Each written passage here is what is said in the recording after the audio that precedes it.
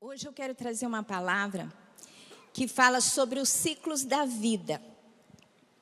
Aliás, esse é um tema que eu gosto muito. Uma vez eu fui convidada para pregar numa conferência e passei a pensar muito sobre esse tema.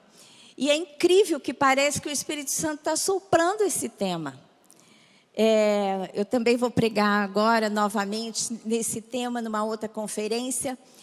E eu ouvi muito já falar, em várias igrejas eles estão abordando esse tema. Eu acho que os tempos são muito bem estabelecidos e nós estamos vivendo um tempo que está trazendo muita reflexão para nós. A gente precisa entender os tempos, a gente precisa entender os ciclos de Deus na nossa vida, porque Deus trabalha em ciclos. E eu digo que eu amo essa forma que Deus escolheu para trabalhar nas nossas vidas. Porque a cada ciclo, né, que a gente vive, cada ciclo que termina e um novo que começa, a gente percebe que a novidade de vida, nós temos a oportunidade de refletir o que vivemos, colocarmos novos alvos e estabelecermos um momento novo, uma nova esperança no tempo que está começando. Então, esse tema é muito interessante e eu quero falar com vocês sobre ele hoje. Ciclos da vida. Deus, Ele estabeleceu, como eu falei aqui, ciclos. E estes ciclos, a gente pode avaliá-los de duas formas. No tempo cronológico, que é esse tempo que nós vivemos dos nossos minutos, horas, semanas, meses e anos, e o tempo Kairos. O tempo Kairos é o tempo, né, que a gente vive determinado por Deus, o tempo de Deus fazer algo especial em nossas vidas. E esses tempos, eles se diferem uns dos outros. Primeiro, o tempo cronológico. O tempo cronológico é o tempo que ocorre em toda atividade humana. E ele pode ser medido. Se você consegue marcar o tempo, né, horas, dias, meses e anos, esse é o tempo cronológico que Deus estabeleceu. Lá na criação, em Gênesis 1:14, o texto diz assim: disse também Deus, haja luzeiros no firmamento dos céus. Que luzeiros são esses? Sol, luas e estrelas, para fazerem separação entre dia e noite, e sejam eles para sinais, para estações, para dias e anos. Quando Deus criou o sol, a lua, Ele estabeleceu através deles o tempo cronológico e como ele seria estabelecido. A gente percebe que a rotação, que é um movimento da Terra em torno de si mesma, né? Em torno do seu eixo. A gente estabelece nesse movimento de rotação um dia. A Terra gira. E esse girar da Terra, que se chama rotação, estabelece o nosso dia. O dia de 24 horas. O dia, a tarde e a noite. Temos também um movimento de translação. Vocês já estudaram isso, mas é importante que a gente fale para a gente lembrar como Deus estabeleceu todas as coisas tão perfeitamente. O planeta que nós trabalhamos gira no seu eixo e nesse movimento ele gira também em torno do Sol. O Sol fica aqui e a Terra gira em torno do Sol. Esse giro em torno do Sol estabelece as estações do ano. E esse giro, ele demora 365 dias, estabelecendo o ano.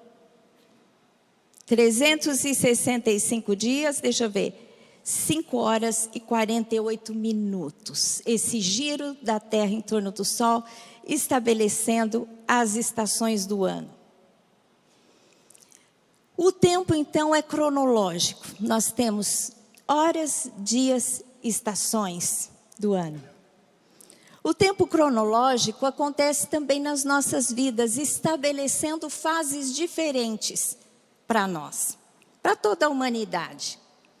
Desde que nós nascemos, a primeira fase, o primeiro ciclo cronológico de nossas vidas é a infância. A infância que a gente pode classificar de 0 a 15 anos. E na infância, há algumas características, né? Alguns pontos mais fortes que nós temos que viver neste período. Primeiro, que a infância é marcada por inocência e aprendizado.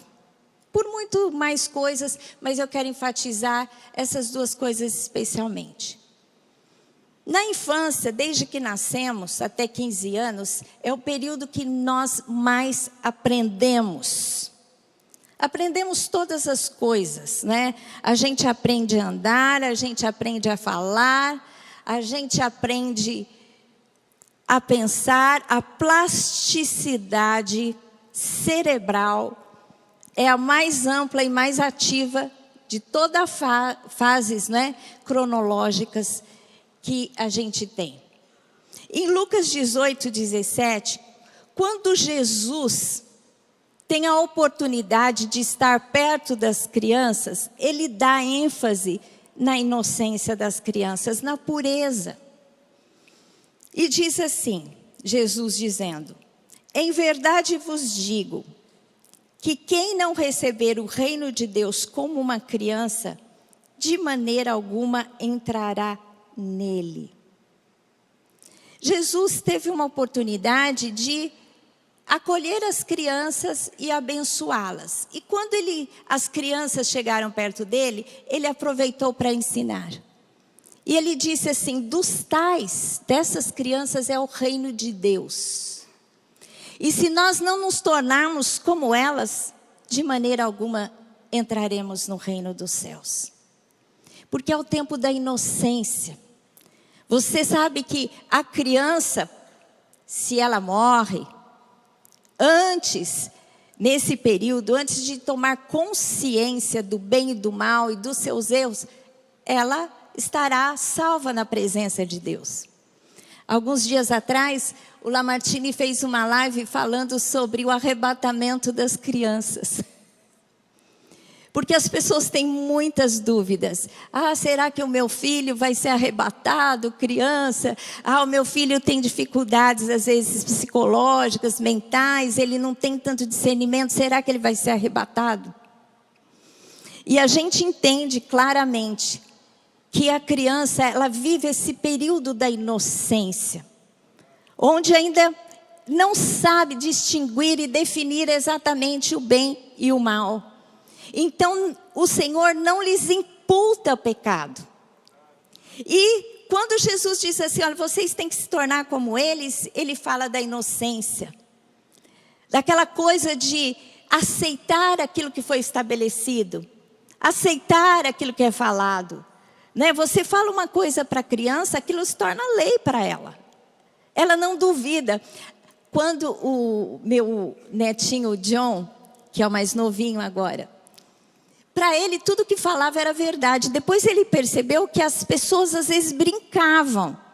Falavam coisas, ele levava a sério e não era a sério. Então, ele começou a perceber que nem tudo era verdade. Então, quando ele ouvia alguma coisa, ele falava assim: é brincadeira? É verdade ou é brincadeira?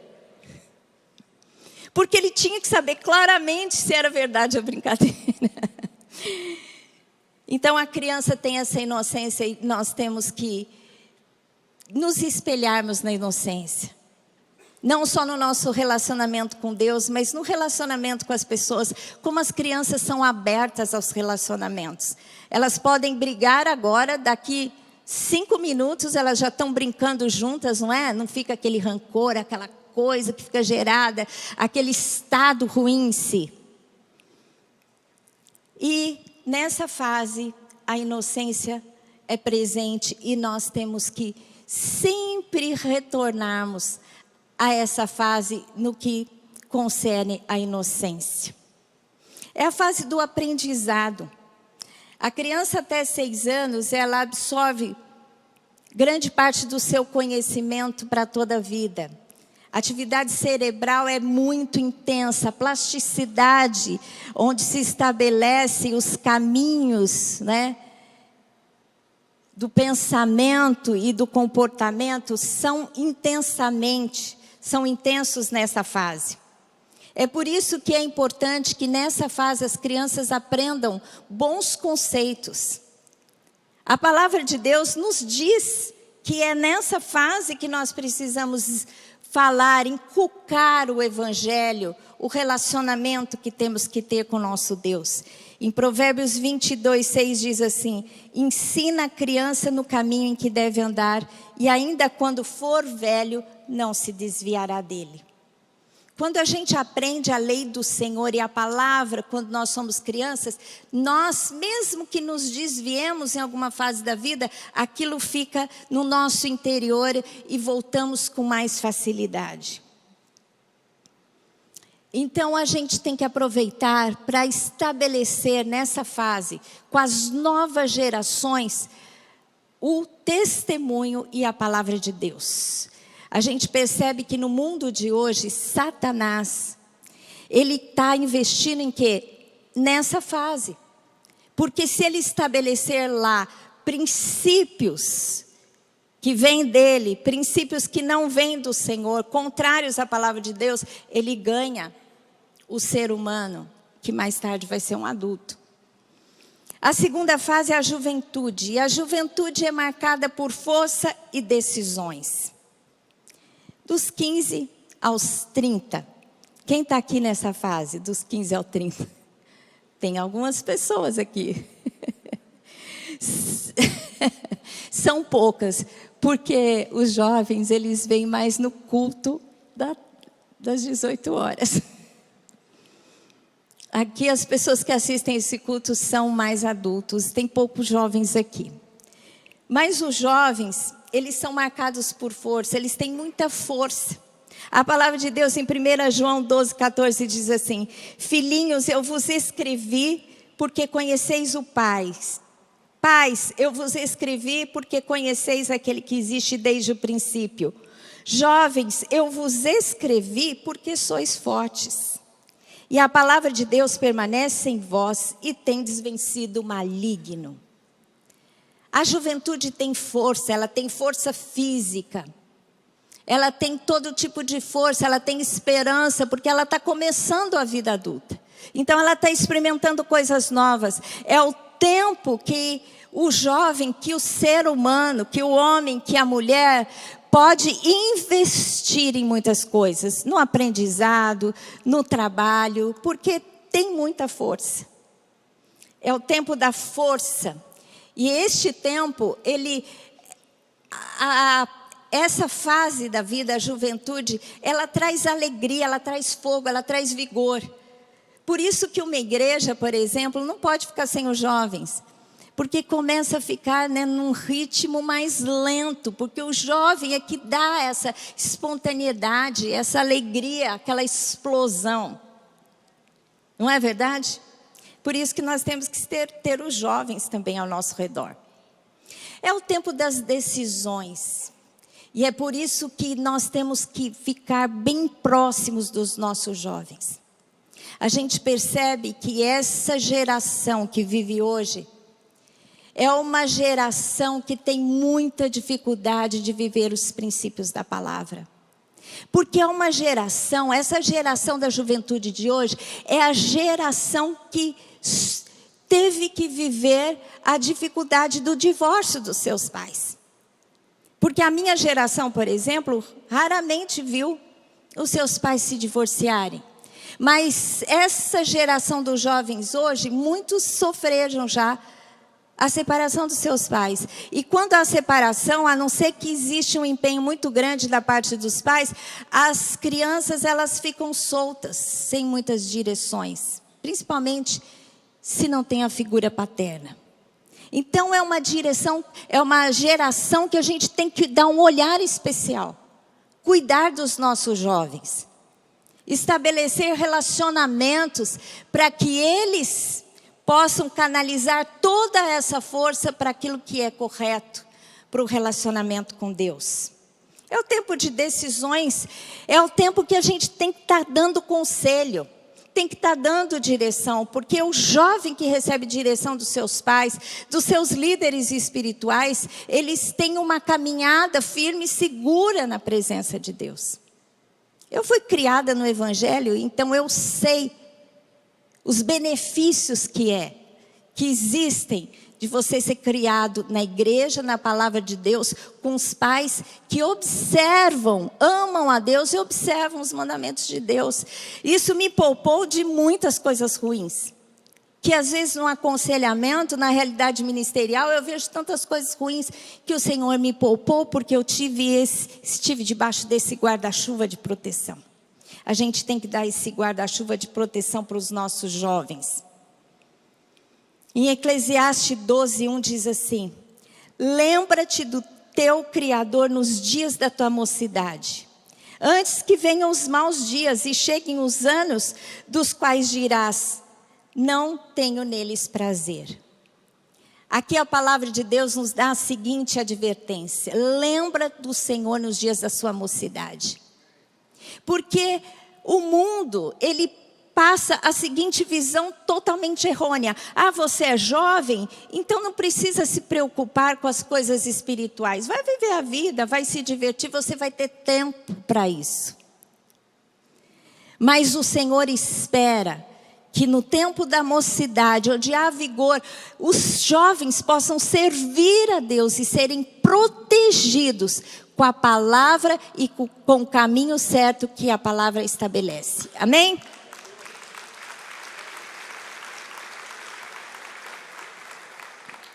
A maturidade de 30 a 60 anos. Quem está nessa fase, levanta a mão. Aí a maioria daqui. A grande maioria esmagadora. É o tempo que nós temos duas principais ênfases: o conhecimento e a realização. É o tempo onde a gente adquire o conhecimento, onde nós já temos, capacidade de discernir melhor toda a informação que nós recebemos. E é o tempo que a gente precisa gastar ampliando os nossos horizontes, adquirindo conhecimento. Não tem nada mais valioso que o conhecimento. Conhecimento da palavra e conhecimento de diversos assuntos. Todos nós não podemos parar de adquirir conhecimento. Não existe mais nada mais precioso que o conhecimento. Não fique estagnado no seu conhecimento. A gente pode fazer uma faculdade, 2, 3, se não vai atrás de um ensino formal. Hoje a gente tem tanto conteúdo à nossa disposição, a gente tem que aprender sempre. Amém? Em Provérbios 3, 13 a 14 diz assim: feliz o homem que acha sabedoria e o homem que adquire o conhecimento. Porque melhor é o lucro que ela dá do que o da prata, e melhor é a sua renda do que o ouro mais fino. O conhecimento te leva à prosperidade, inclusive. Ele dá mais rendimento do que a prata.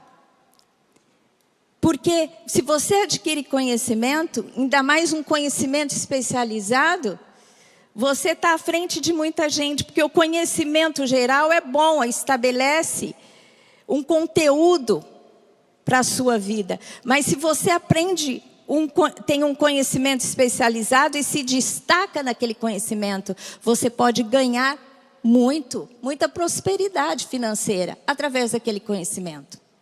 Amém? Por isso que é importante que nós nos especializemos. É o tempo do conhecimento, mas é o tempo da realização também.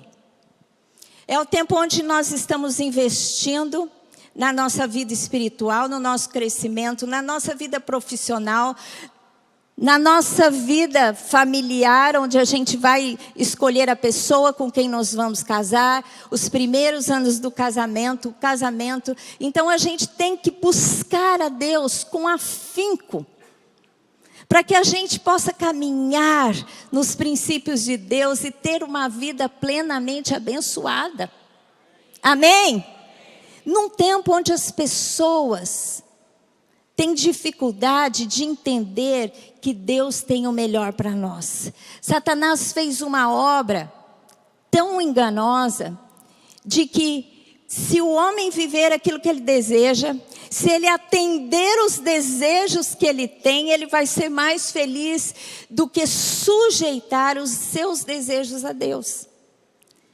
Se nós sujeitamos os nossos desejos a Deus, sujeitamos tudo aquilo que sentimos na nossa carne para o Espírito Santo, o Senhor vai dirigir os nossos caminhos e seremos muito mais felizes, porque o Criador que nos conhece intimamente, profundamente, sabe o que é melhor para nós.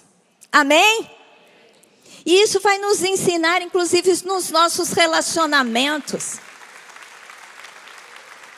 No casamento, por exemplo. Hoje, há tantos conceitos errôneos sobre relacionamento. E a palavra de Deus é tão clara sobre o que nós precisamos procurar e vivermos para termos um lar feliz e bem estabelecido. Eu tive o privilégio de me casar com Lamartine, e os primeiros anos do nosso casamento a gente estava num seminário. A gente casou e fomos para o seminário. Vivemos 3 anos do seminário. E quando a gente casou, nós casamos jovens, com 22 anos, e a gente tinha namorado e se conhecido há 1 ano só, então conhecíamos pouco um do outro.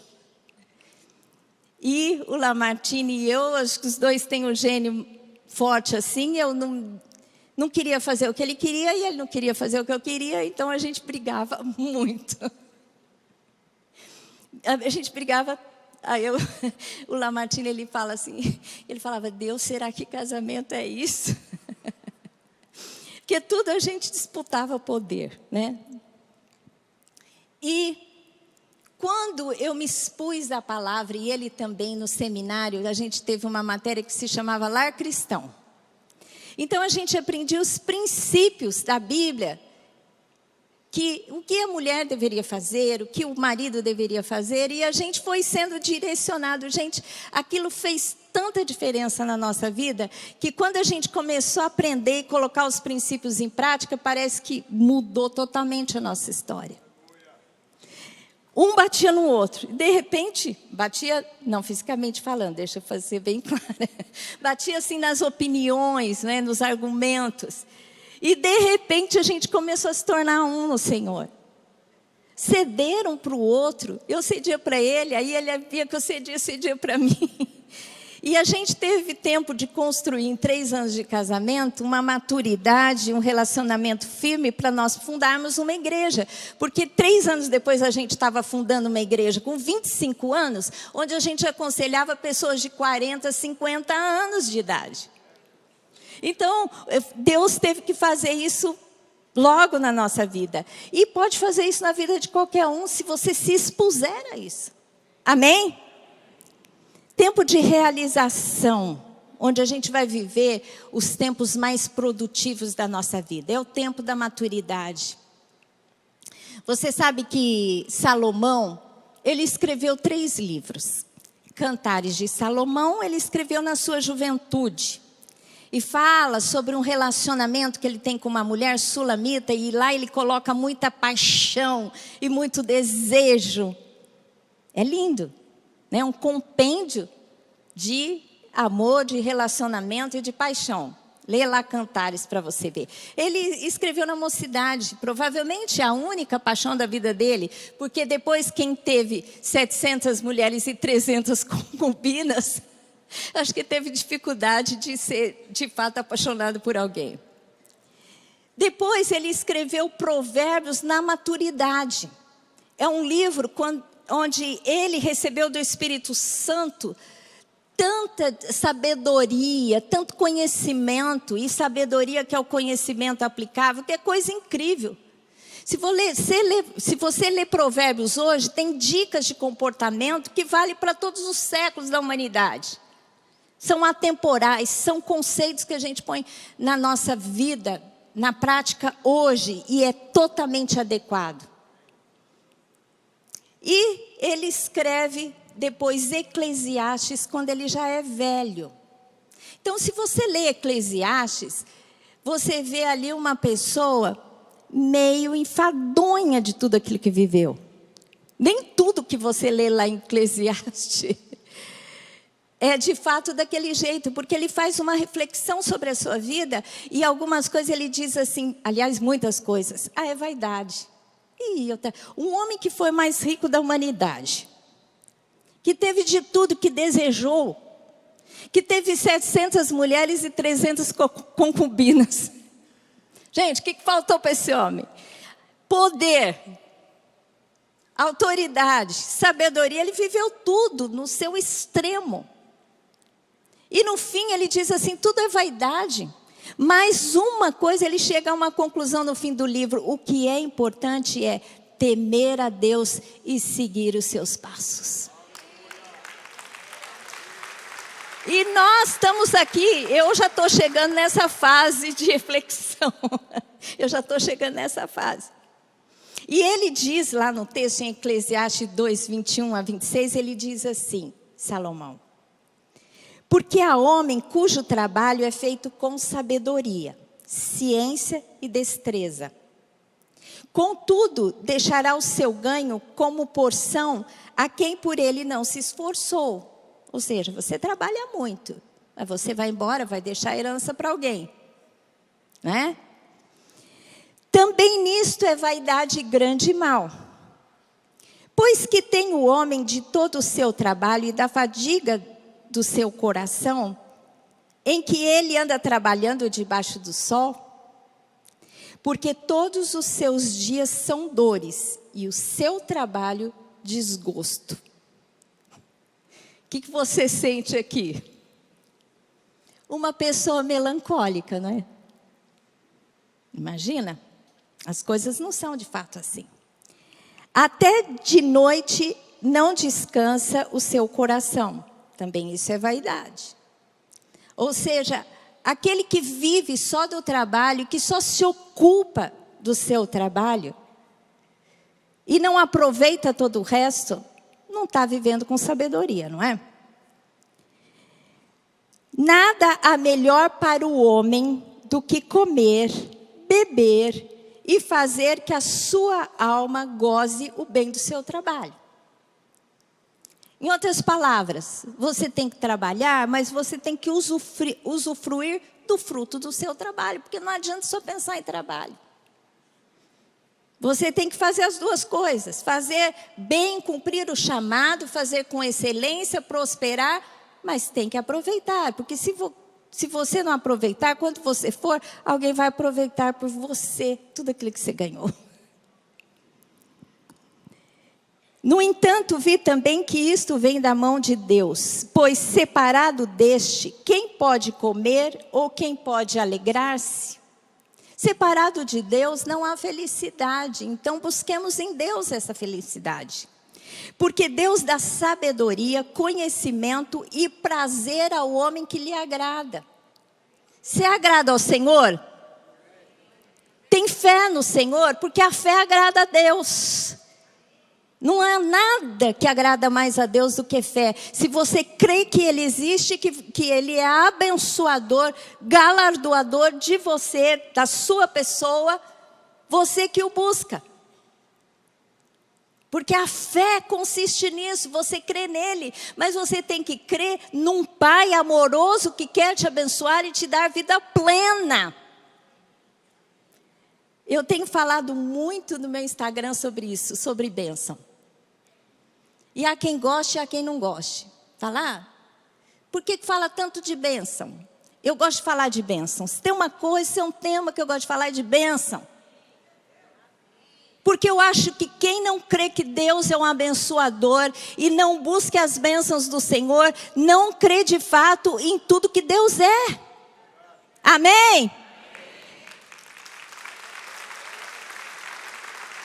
O nosso foco é Deus, mas Deus é galardoador. Ele tem um galardão para nós. Ele tem bênção para nós. Foi por isso que Ele enviou Jesus. E em Jesus temos todas as coisas que necessitamos. Eu, quando tenho alguma necessidade, que às vezes tenho dificuldade de crer e de obter, eu me condeno. Eu digo, Senhor, o Senhor pagou um alto preço para que eu tivesse esse suprimento.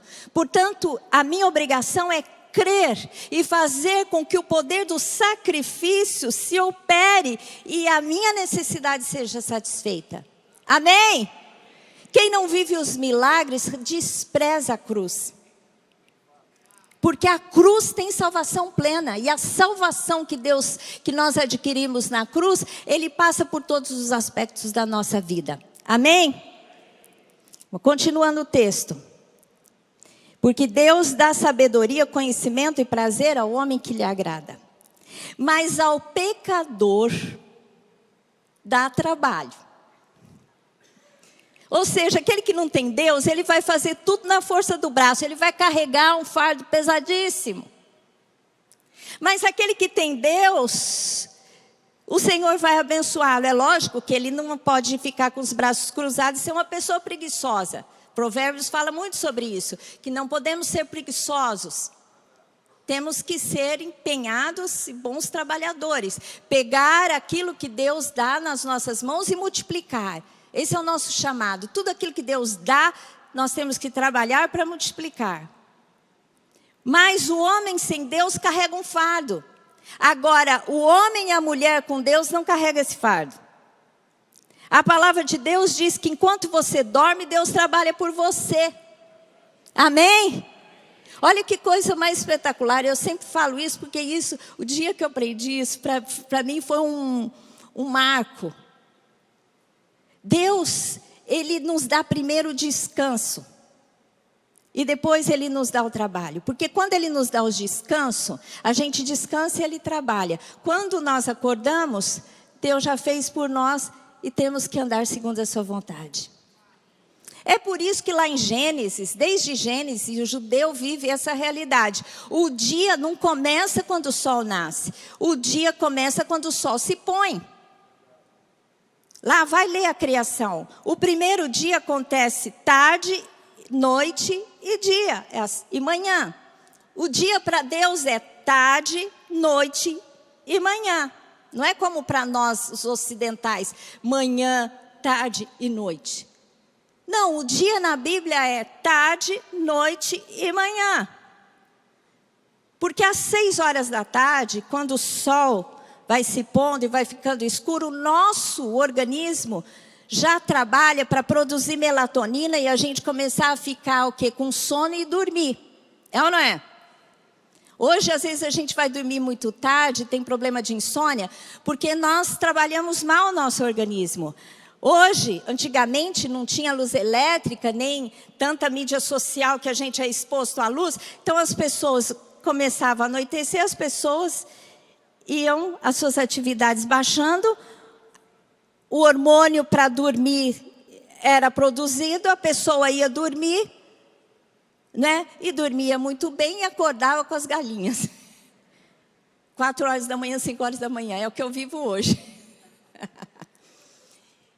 Por quê? Deus põe o homem para dormir primeiro. Porque a palavra de Deus diz que enquanto você dorme, Deus trabalha por você. Olha que lindo! O seu dia começa com descanso, um descanso no Senhor. Enquanto você descansa, Deus trabalha por você. Amém? E aí, quando você acorda, a primeira coisa que você tem que fazer, antes de pôr o pé no chão, é: Senhor, eu consagro o meu dia ao Senhor. O que o Senhor trabalhou para mim durante a noite, agora eu quero que o Senhor me dirija através do Teu Espírito Santo, porque eu quero viver todo o propósito que o Senhor tem para mim nesse dia. Amém? Se você fizer isso, o seu dia vai ser maravilhoso. Mesmo que você tenha que passar por lutas, você vai ter a força do Senhor do seu lado. Amém? Ao trabalhador, volta lá o texto. Diz assim: mas ao pecador dá trabalho, para que ele junte, amontoe, a fim de dar àquele que agrada a Deus. Gente, olha que lindo. Aquele que não tem a Deus, muitas vezes ele vai trabalhar e amealhar coisa, que Deus vai falar assim: ah é? Amealhou tudo isso? mas não vai ficar para você. Porque eu vou tirar de você e vou dar para aquele que me serve. Foi o que Deus fez para o povo de Israel. Deus disse para eles, olha, para Abraão, eu vou fazer de ti uma nação. E fez a nação de Israel, que nasceu no cativeiro no Egito. Libertou o povo e quando eles chegaram na terra prometida, eles tomaram posse de cidades que eles não construíram, lavouras que eles não plantaram. Deus deu tudo na mão deles. E Deus faz isso conosco, porque vai ter muita gente que vai plantar uma lavoura e Deus vai falar, mas não vai ficar para você, vai ser para o meu servo. E você vai receber muita coisa que muita gente fez. Você já teve essa experiência? Alguém já teve essa experiência? Que você percebeu claramente o favor de Deus na sua vida, tirando de outras pessoas e dando para você? Levanta a mão. Se você não viveu, você tem que orar para você viver isso. Porque isso é uma promessa de Deus.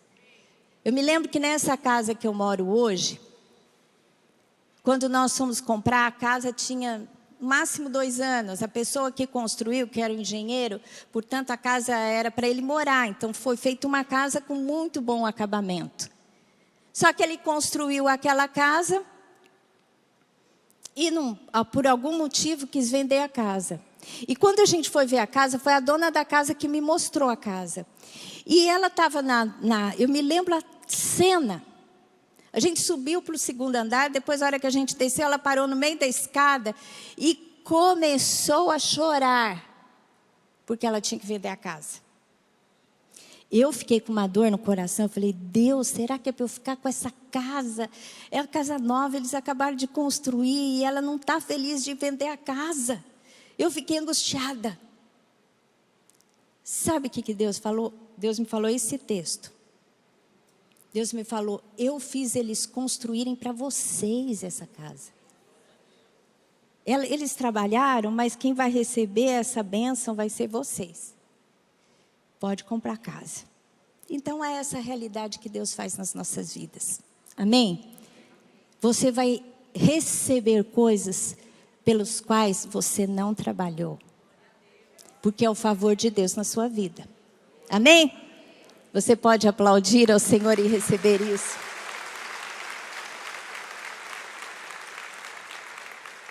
Salmo 128, 1 e 2 diz assim, bem-aventurado aquele que teme ao Senhor e anda nos seus caminhos. Do trabalho de tuas mãos comerás, feliz serás e tudo te irá bem. Se você não está vivendo isso, de duas, uma. Ou você não teme ao Senhor e não anda nos seus caminhos. Porque se você não temer ao Senhor e não fazer aquilo que o Senhor quer para a sua vida, você não vai prosperar. Ou você não está crendo nessa verdade aí, você tem que tomar posse dela. Senhor, eu tenho vivido isso, agora eu quero as bênçãos do Senhor sobre a minha vida. Amém? E por último, a velhice, eu já estou terminando, o pessoal do louvor pode subir aqui, que eu queria cantar uma música no final. A velhice, que é tempo de reflexão e sabedoria, acima dos 60. Quem está nessa fase de vida? Pouca gente aqui, inclusive eu, estou nessa fase de vida. 62 anos. Uso lá meu cartão de idosa. Eita, gente, a melhor coisa do mundo é estacionar na coisa de idosa. Ai. E como eu falei aqui, Salomão, ele escreveu Eclesiastes nessa fase, refletindo sobre a sua vida.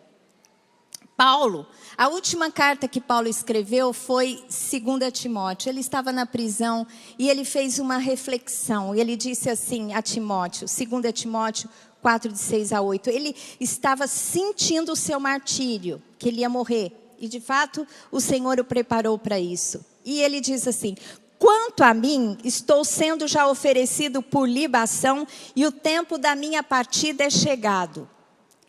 Combati o bom combate. Ele já estava fazendo uma avaliação da sua vida. Ele está dizendo, já combati, está terminando a minha guerra. Completei a carreira, aqui é o final, é o ponto final. Guardei a fé. O que é mais importante, que no processo da nossa vida, a gente vai sempre que lutar para se manter com Deus e na fé do Senhor.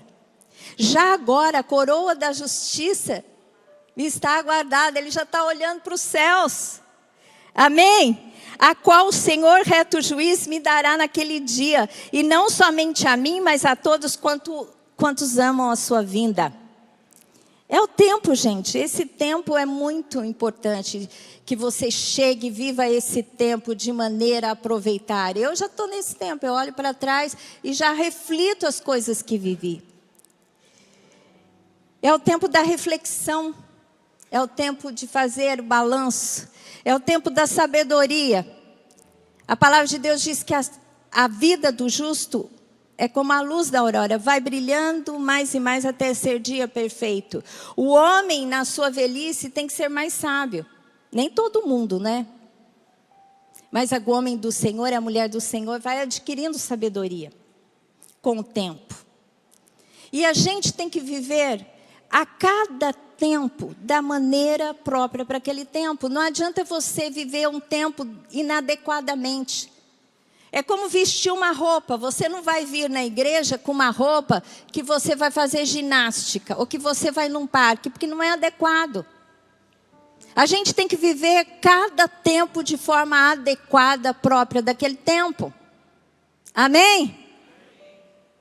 Eclesiastes 8, 5 e 6 diz, quem guarda o mandamento não experimenta nenhum mal, e o coração do sábio conhece o tempo e o modo.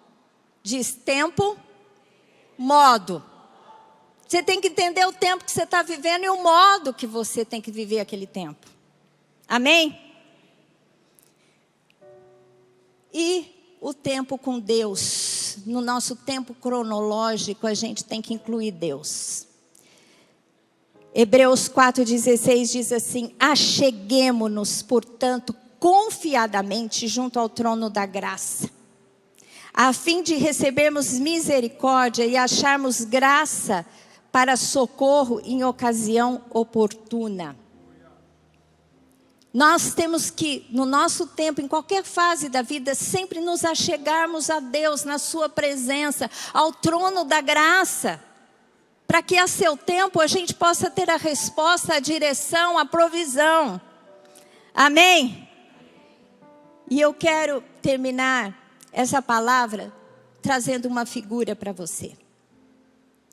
A gente aqui no Equador, no Brasil, a gente tem temperaturas amenas, né? Não faz tanto frio no inverno, nem faz tanto calor no verão. Nos trópicos já é diferente. Muitas vezes o frio é muito frio, né? A gente vê que lá no norte, nos Estados Unidos, chega a menos 10, menos 20, até mais frio. Frio é muito frio e o calor é muito calor. Você vai para o Texas, por exemplo, é mais de 40 graus. Aqui é difícil bater 40 graus. Nos trópicos, a gente tem as estações mais definidas. Frio, frio, calor, calor. Muito frio, muito calor. Mas aqui no Equador, você não sente quase diferença. Por quê? Porque nós estamos próximos do sol. Quanto mais você está próximo do sol, você vai viver menos intensamente as consequências do frio ou do calor. E assim é com a nossa vida também.